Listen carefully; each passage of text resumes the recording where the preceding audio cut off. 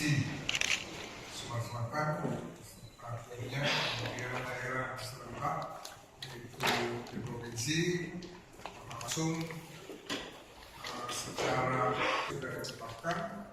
Kami juga akan memberikan nanti hasil tembusan yang bersangkutan, hasil real, sehingga dengan catatan supaya nanti bisa diketahui apa yang kita rekomendasikan. Dan untuk menyatakan bebas penggunaan narkotika itu yang kita lakukan ini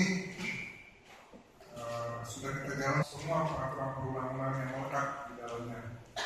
Assalamualaikum warahmatullahi wabarakatuh. Alhamdulillah hadir ya. Kami terima kasih juga. Berikutnya KPUD Kuala ini. KPUD Papua. Katanya ada sistem perbaikan ya Pak? Perbaikan itu hanya untuk syarat-syarat calon yang ibaratnya legalisirnya belum jelas, kita perbaiki. Kemudian tim kampanye yang masih belum lengkap, mereka lengkapi, semuanya masih dimungkinkan sampai dengan tanggal 20. Berarti untuk kesehatan tidak ada pemandi? Sudah final.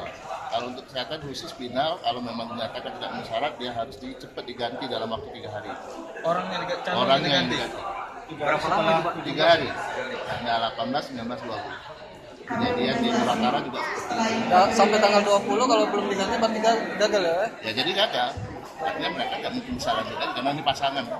Spesifiknya Cak Mano yang gagalnya lo sehatnya itu seperti apa? Ada Artinya kita kan hanya menerima hasil itu kan memenuhi syarat atau tidak memenuhi syarat. Kalau dia memenuhi syarat, lanjut untuk proses penetapan. Kalau tidak memenuhi syarat, diganti tadi. Nah itu aja. Kalau dia tidak masa mengganti, gugur. Artinya tidak mungkin dilanjutkan lagi. Kapan akan diumumkan ini Pak? Diumumkan tanggal 17. Kita rapat pleno terbuka untuk memenuhi syarat-syarat termasuk kesehatan.